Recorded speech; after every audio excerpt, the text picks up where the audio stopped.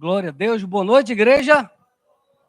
Louvado seja o nome do Senhor por mais este culto, por mais desta temática, desta feita agora no mês de outubro. Vinho novo, odres velhos, uma interrogação, uma pergunta para nossas vidas. Quero cumprimentar também os que nos assistem pela internet, em especial nosso pastor e nossa pastora e os amados que estão aqui.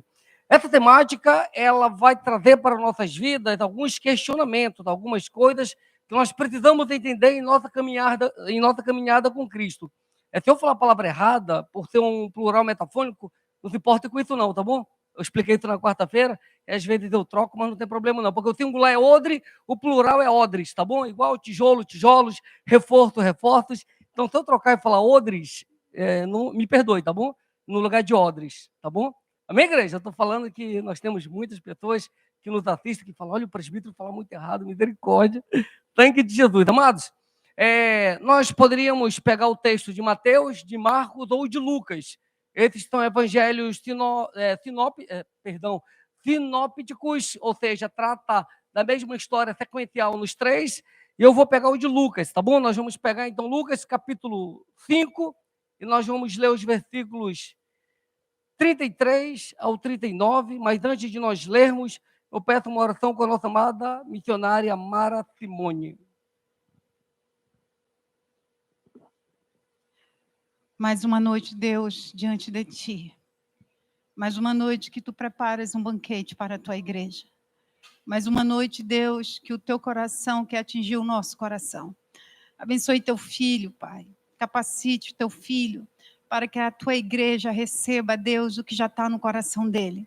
Que o nosso coração esteja escancarado como ovelhas para receber do bom pastor os Teus pastos verdejantes, a Tua palavra que penetra, que toca, que transforma, que nos faz num posicionamento perfeito para o reino de Deus. Tu és bendito, Tu és bem-vindo e muito obrigada por mais uma noite, no nome de Jesus. Amém, missionária. Muito obrigado. Glória a Deus. Amados, antes de nós irmos para a leitura, vamos entender o contexto do Evangelho de Mateus, capítulo 5. Dos versículos do 1 até o 11, nós temos a pesca maravilhosa. Temos aquele cenário da pesca maravilhosa e neste mesmo cenário da pesca maravilhosa, Jesus chama Pedro, juntamente com seus dois sócios, parceiros de pesca, Tiago e João, para seguirem ele. Ele fala, Pedro, doravante agora não serás mais pescador de peixe, mas pescador de homens. Eles chegam à margem da praia e largam tudo lá. Deixam tudo, embarcação, rede, tudo, e passam a seguir Jesus.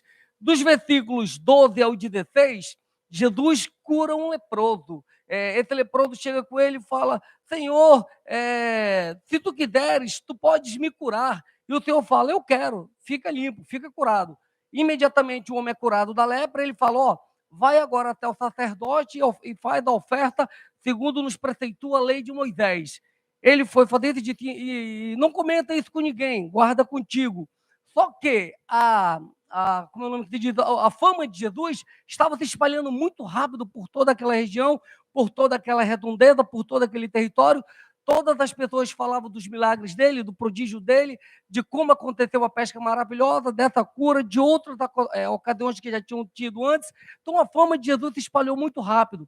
Isso aguçou a curiosidade dos escribas, dos fariseus, dos mestres da lei, que passaram a observar Jesus, que passaram a seguir Jesus não como discípulo, não para seguir os ensinamentos do que ele instruiu, que ele orientava, mas para ver o que era aquilo, no sentido de que quem é este que faz isso? Ele não pode, ele não tem autoridade, ele não pode fazer essas coisas, ele não pode agir deste modo.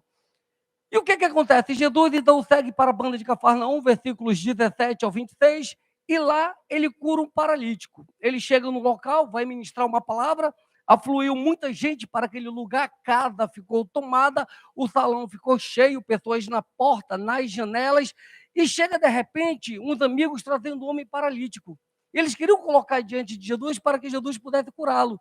E eles não conseguiram entrar naquele lugar, estava impedido de passar, não dava como ir. O que eles fizeram? Subiram no telhado, no eirado, abriram uma brecha no telhado e encaminharam aquele paralítico até o centro do salão onde estava Jesus. Jesus olhou para ele e falou, poxa, grande é a fé de vocês, estão perdoados os teus pecados. Meus irmãos, quando ele fala isso, os escribas que estavam ali, os mestres da lei ficaram loucos. Falou, meu Deus, não meu Deus, eles falaram, como é que pode este homem de Deus tão perdoado dos teus pecados? Só quem pode perdoar pecado é Deus. E eles falaram isso alto mesmo, que era para instigar o povo contra Jesus, o povo contra Jesus. E Jesus, ouvindo aquilo, sabendo da intenção do coração deles, e para confirmar o seu ministério, para dizer quem de fato ele era, no versículo 26, 24, ele diz para o paralítico, levanta-te, toma o teu leito e vai para casa. Aquele homem ficou curado naquela hora, o que causou ainda mais espanto a todos que já sabiam da fama de Jesus, já sabiam da caminhada dele. Pois bem, Jesus finaliza ali sua palavra, segue, e quando ele está seguindo, ele vê um cobrador de impostos ali sentado, cobrando, e este é Levi, também chamado de Mateus. Ele fala, segue-me. Mateus larga tudo, larga a cobradoria, larga ali, ele era publicano, que são os cobradores de impostos.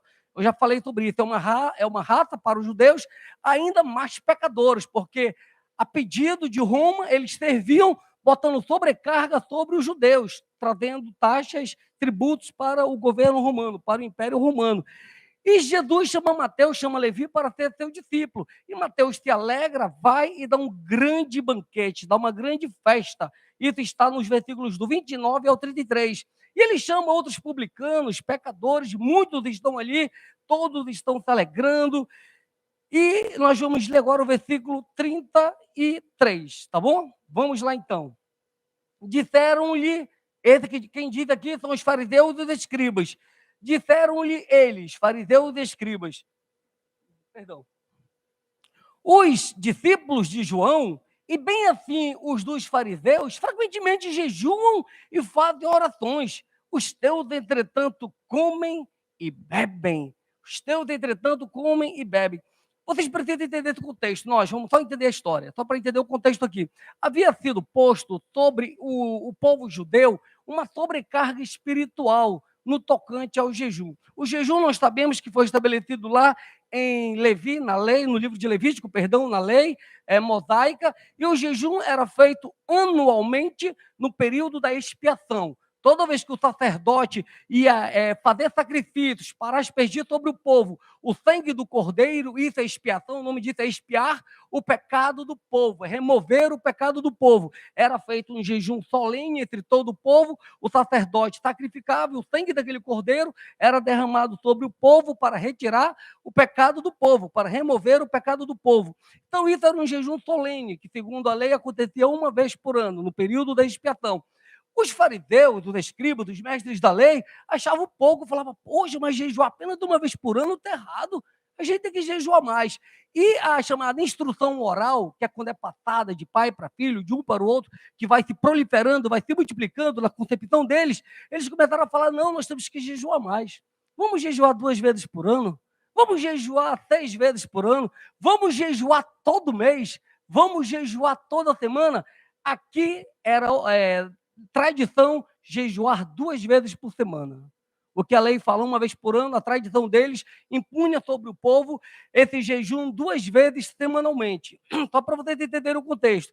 Aí Jesus vem no versículo 34 e 35 e destrincha para cima deles.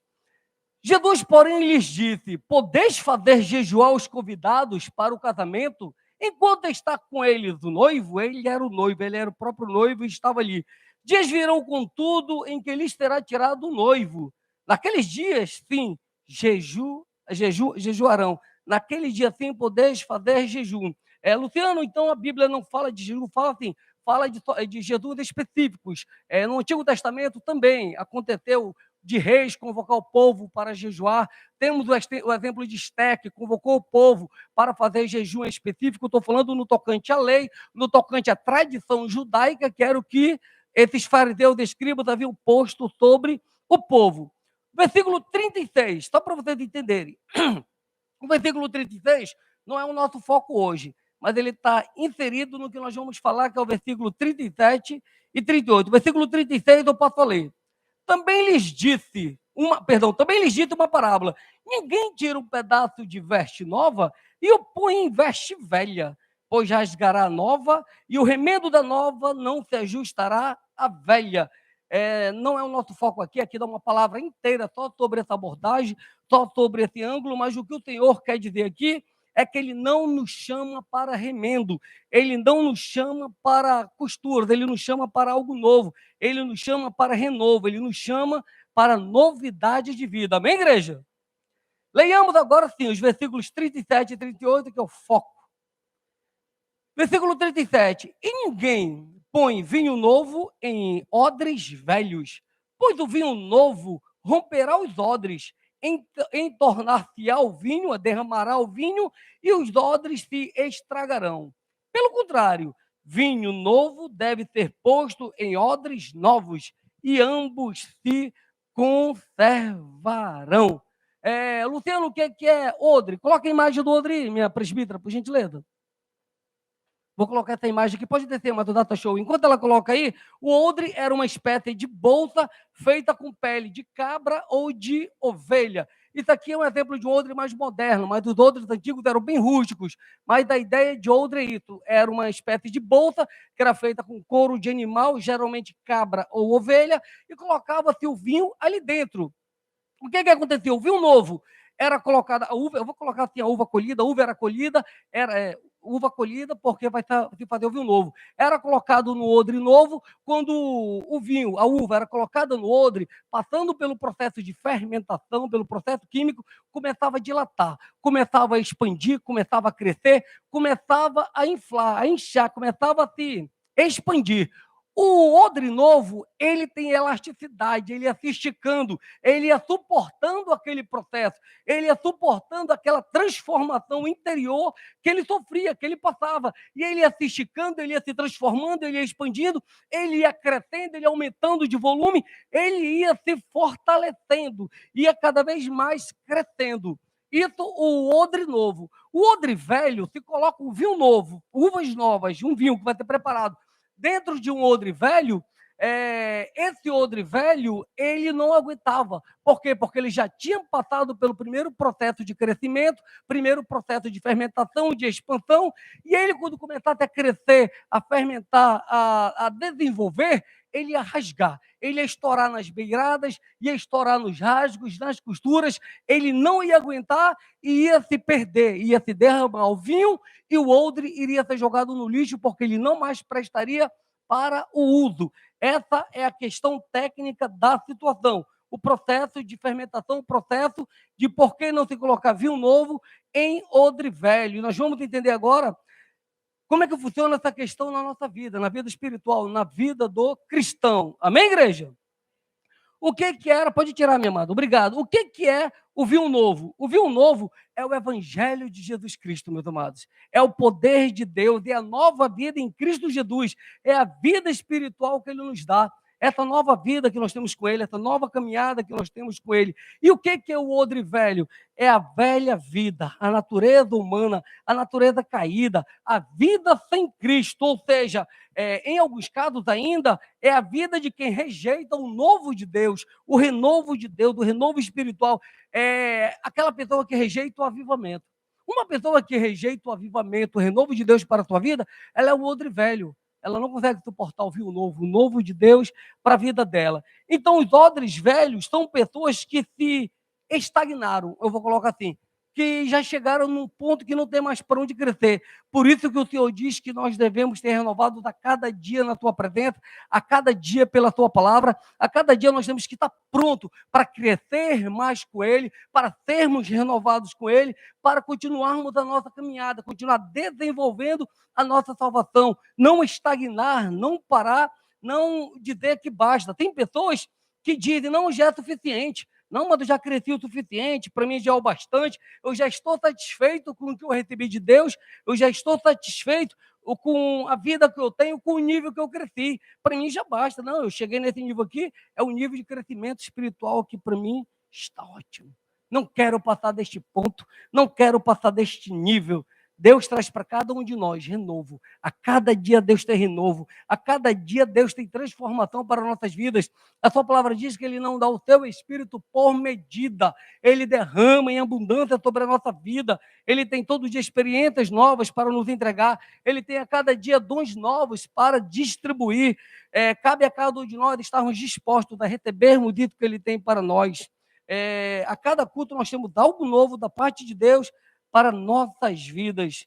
Então nós temos que ter essa nova vida em Cristo Jesus. Olha o que diz 2 Coríntios, não precisa abrir, apenas escute, capítulo 5, versículo 17. E assim, se alguém está em Cristo, é nova criatura. As coisas velhas já passaram, eis que fizeram novas. Então, em Cristo, cada instante nós temos coisas novas da parte de Deus para nossas vidas. O odre velho, escute o que eu vou falar, ele jamais suportará o vinho novo. Ele pode até receber, mas ele não suporta. Como assim, presbítero? Quer dizer que uma pessoa que é odre velho, ela consegue receber o vinho novo, mas ela não suporta, consegue. O vinho novo, o novo de Deus é até dado, mas se a pessoa não está preparada para mudança, para crescimento, para expandir, para crescer na presença de Deus no sentido espiritual, ela vai romper, vai se perder aquele dom, aquele talento, aquilo que Deus deu para ela, vai se perder, e ela em si vai se perder, ela vai se romper, ela não servirá para ser usada. Jesus nos ensinou que é impossível fazer com que a nova fé, a nova vida, cresça em odres velhos de religiosidade, de pessoas que não possuem vida interior. Então, nós precisamos ter essa transformação em nossas vidas. E tem pessoas que dizem bem assim, Luciano, eu recebi o vinho novo, mas eu quero continuar com a minha velha vida. Eu recebi o vinho novo de Deus, mas eu quero continuar sendo odre velho. Eu quero continuar na minha vida de pecado, eu quero continuar na minha vida de promiscuidade, eu quero continuar na minha vida de droga, eu quero continuar desse jeito, Luciano, eu quero continuar porque eu não quero mudar, eu quero continuar do jeito que eu estou. Isso é impossível. Uma pessoa que recebe o vinho novo, ela não pode ser odre velho porque ela não vai suportar, a Bíblia é clara, não suportará. O odre velho, ele não suporta o novo de Deus, amados. O odre velho, ele não suporta o novo de Deus para a sua vida, vai te rasgar, vai te romper, porque o vinho novo, o novo de Deus, ele traz crescimento, ele traz mudança, ele traz expansão, ele traz transformação interna, ele causa algo dentro de nós, amém, igreja? Então, que nós sejamos a cada dia odres novos, recebendo vinho novo, porque o vinho novo ele é abundante, meus amados, ele não para. E nós devemos a cada dia sermos transformados em odres novos. Luciano, eu recebi o vinho e eu sou odre novo. Esse vinho transformou minha vida, está me mudando, está fazendo eu crescer, e agora eu tenho novas coisas que o Senhor está derramando sobre minha vida. Só que eu sou odre velho, não. O Senhor te chama para ter a cada dia transformado, a cada dia renovado, a cada dia odre novo para receber o vinho novo que Ele tem nos dado. Então, a cada dia nós vamos nos renovando, a cada dia nós somos renovados em Cristo. Amém, igreja? Versículo 39, ministro André Lima.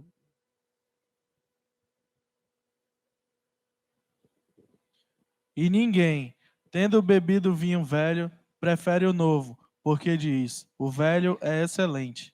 Eita glória! E ninguém que tendo bebido vinho velho, prefere o novo, porque ele diz, o velho é excelente. Neste texto, meus amados irmãos, Jesus não está dizendo que o velho judaísmo é melhor do que a nova aliança. Não, não é isso que ele está falando. O que ele está dizendo é que muitas daquelas pessoas que estavam ali, mais especificamente os escribas e fariseus, eles consideravam o vinho velho melhor do que o novo, sem sequer experimentar o novo, sem sequer desfrutar do novo, sem sequer se entregar ao novo. Então a mente dele estava cauterizada, estava limitada, estava bloqueada com a consciência de que o vinho velho era melhor.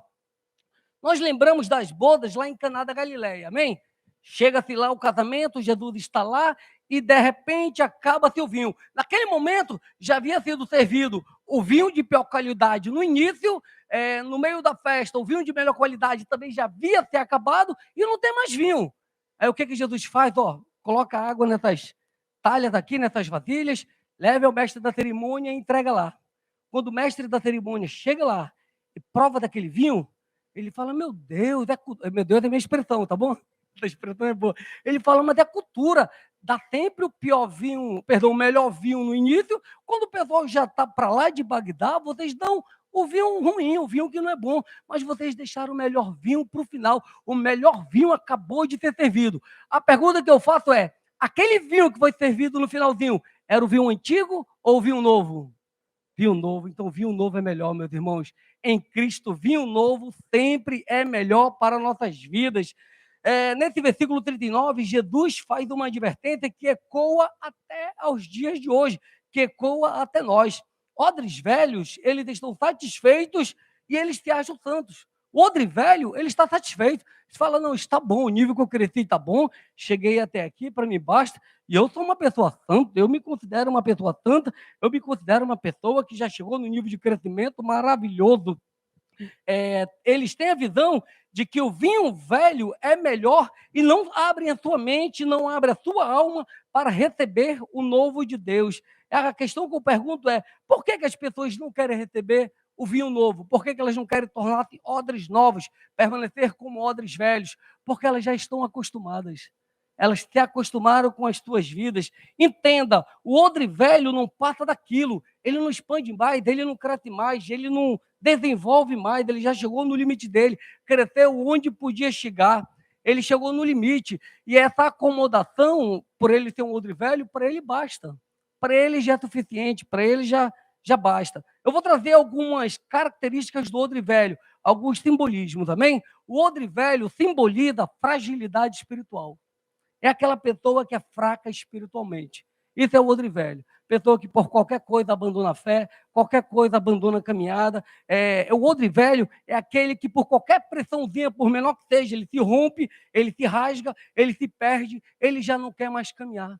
São pessoas que por qualquer coisa não vão sair da igreja, por qualquer coisa não vou mais fazer isso, não vou mais fazer aquilo. Abrem mão da sua caminhada porque não estão prontos para o novo de Deus, para receber o novo de Deus. O odre velho simboliza também a acomodação, eu já falei, a pessoa está acomodada. O odre velho também é rígido, inflexível, imaleável e duro. Ele já está ressecado, já está ressequido. Nós vimos na imagem. Ele não dá mais nem para se mover para um lado e para o outro, ele está seco. Então ele é duro, ele é rígido, ele é inflexível, ele é imaleável. Odres velhos não estão abertos à mudança.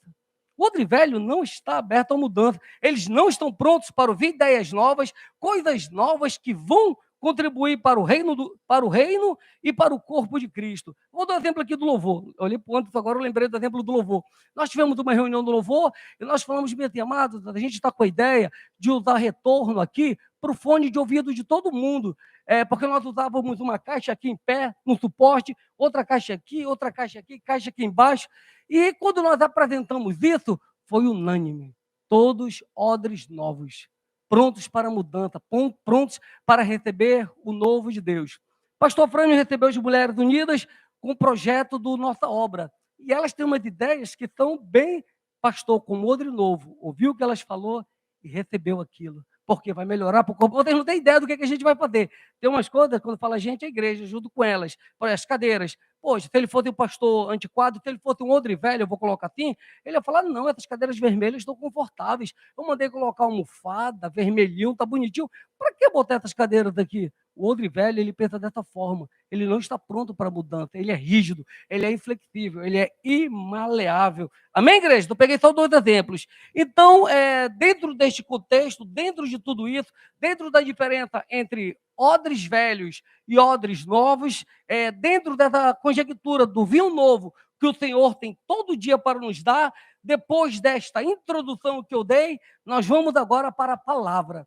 Porque a temática coloquei, presbítero, a temática está aqui, vinho novo, odres velhos? É uma pergunta. Só que nós vamos trabalhar nesses 5 sábados, 5 subtemas, 5 características inerentes ao odre velho.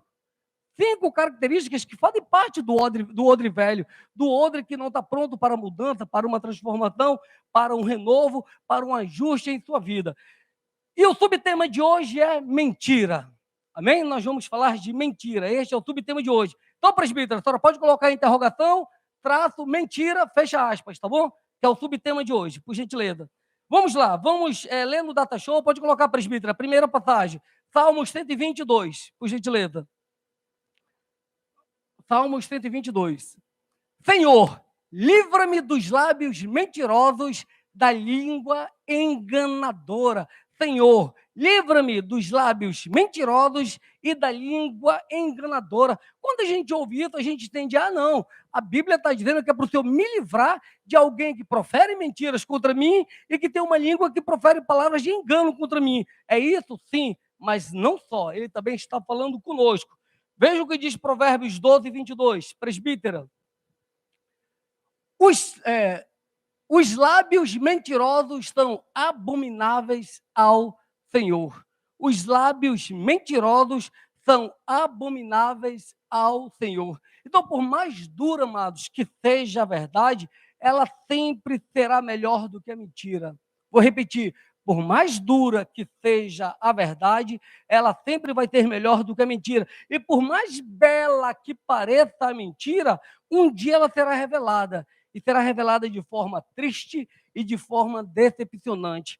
Amém? A palavra de Deus fala em Lucas 8:17 que não existe nada oculto que não venha a ser revelado. Então vai ser revelado, não existe nada oculto que não venha a ser revelado. A questão é, nós temos que estar atento a tudo isso. A palavra de Deus fala em João 8:44 o seguinte: o diabo é mentiroso e pai da mentira. O diabo, ele é mentiroso e pai da mentira. Nós, como filhos de Deus, nós não podemos mentir, mas nós devemos andar no caminho da verdade, que é Cristo. Ele disse em João 14:6, eu sou o caminho, eu sou a verdade. Então, ele é o caminho da verdade em quem nós devemos andar, com quem nós devemos andar, da forma que nós devemos andar. E no tocante à mentira, eu vou falar sobre 4 formas de mentira, 4 tipos de mentira, por assim dizer, para facilitar o nosso entendimento. É a primeira forma de mentira, tudo é pecado. Estou colocando tipos aqui para ampliar o nosso entendimento, para facilitar o nosso entendimento. O primeiro tipo de mentira que eu vou listar aqui é o engano. Abra a palavra do Deus vivo, você comigo, em 2 Coríntios, capítulo 11, versículo 3. Segunda carta de Paulo aos Coríntios, capítulo 11, versículo 3.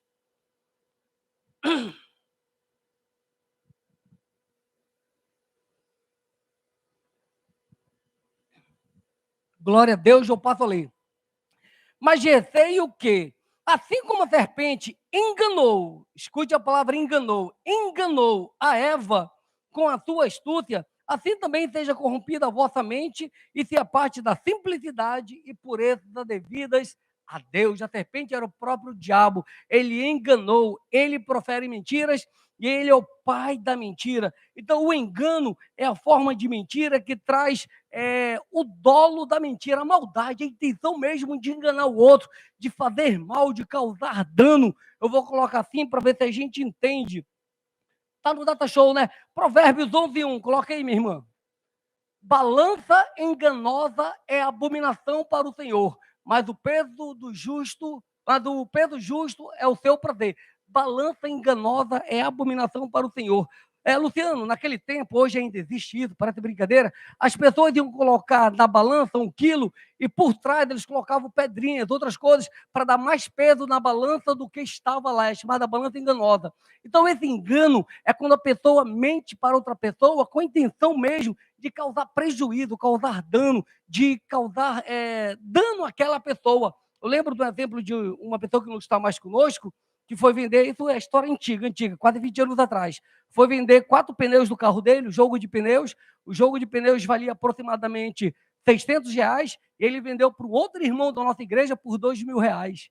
Ele andou se gabando aqui, rapaz, eu vendi meu jogo de pneus, valia 600, eu vendi para aquele irmão ali por R$ 2.000, cara, bicho, eu me dei muito bem, eu enganei ele, amados, isso é abominável aos olhos do Senhor. Estou dizendo disso porque eu vi isso. Isso aconteceu, a Mara, que é das antigas, pode até lembrar de quem eu estou falando.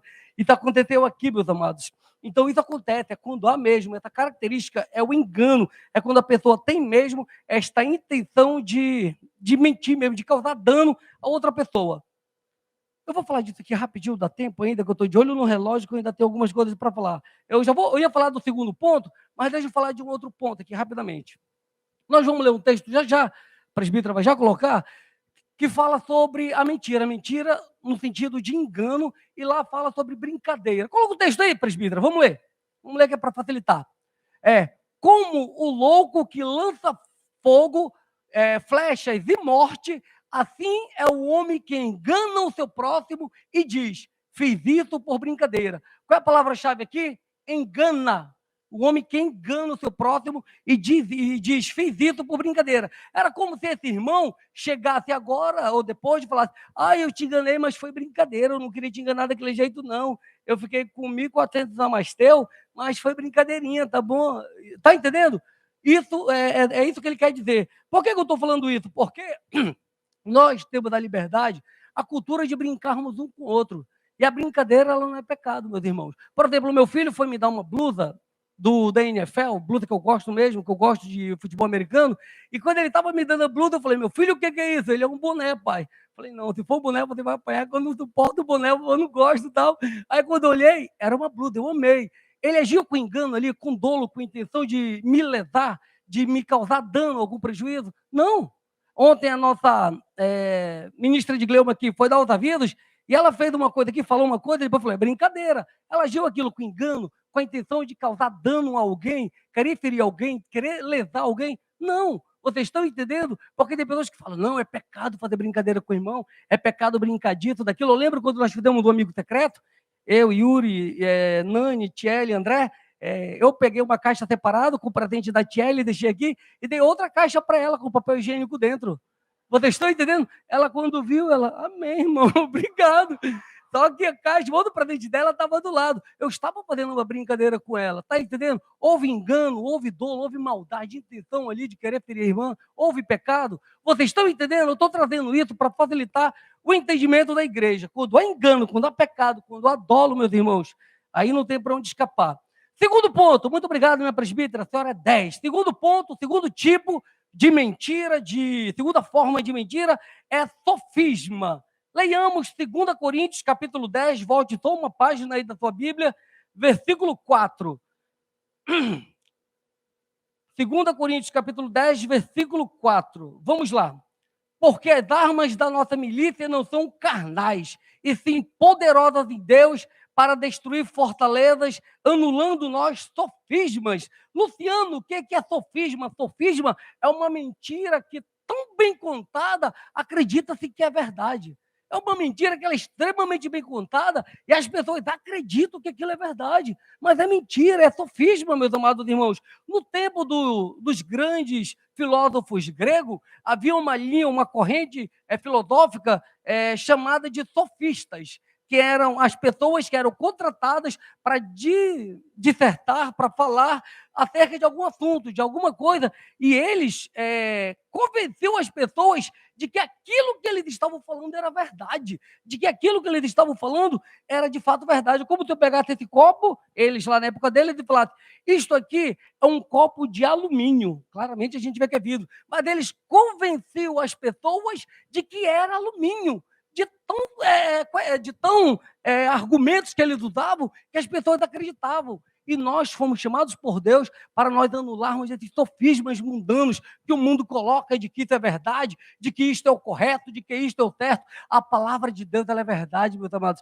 A palavra de Deus é aquilo que nós temos para nossas vidas como base, como fundamento, como direção em toda a nossa caminhada. A terceira forma, o terceiro tipo de mentira, perdão, é a falsidade. Salmos capítulo 12, versículo 2, ministro Yuri. Salmos capítulo 12, número 12, perdão, versículo 2. Salmos número 12, versículo 2. Todos mentem uns aos outros, falam com lábios bajuladores e coração fingido.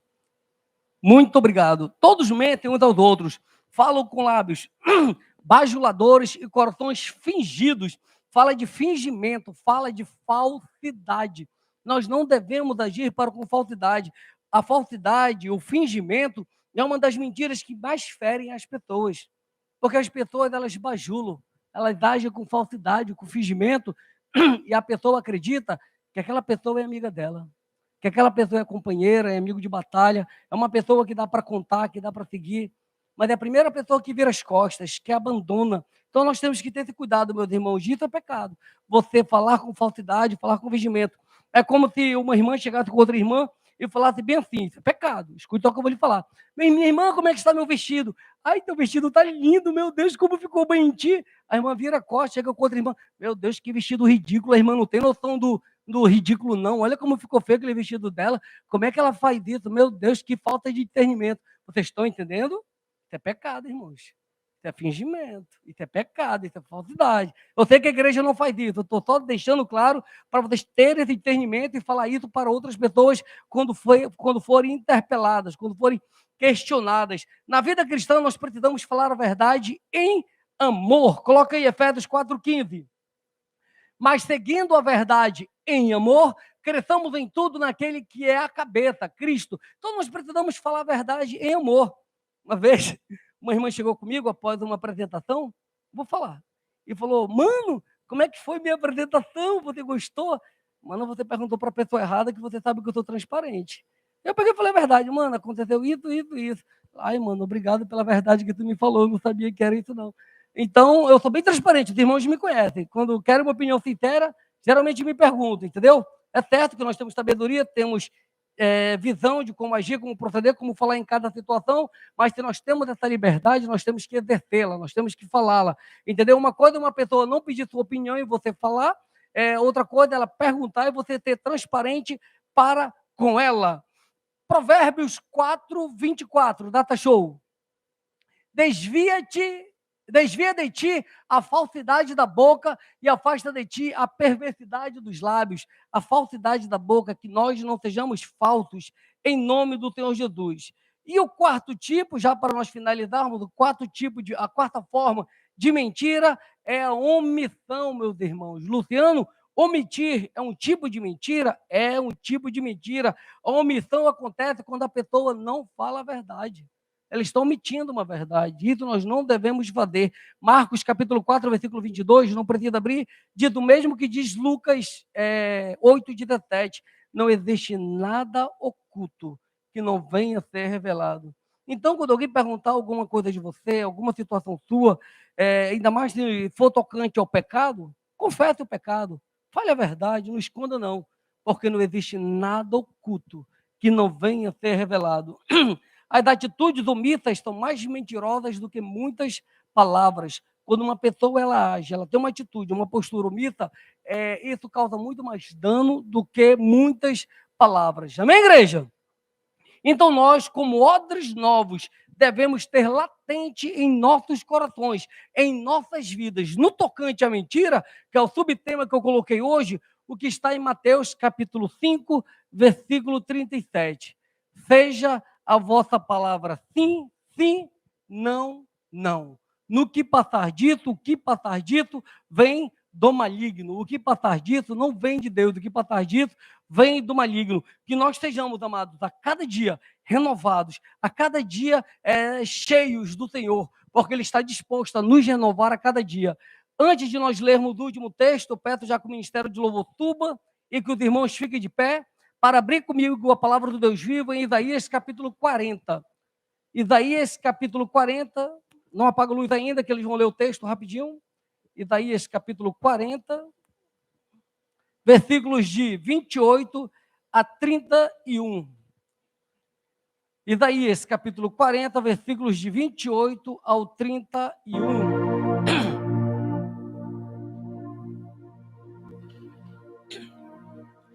A cada dia, amados, o Senhor está disposto a nos renovar.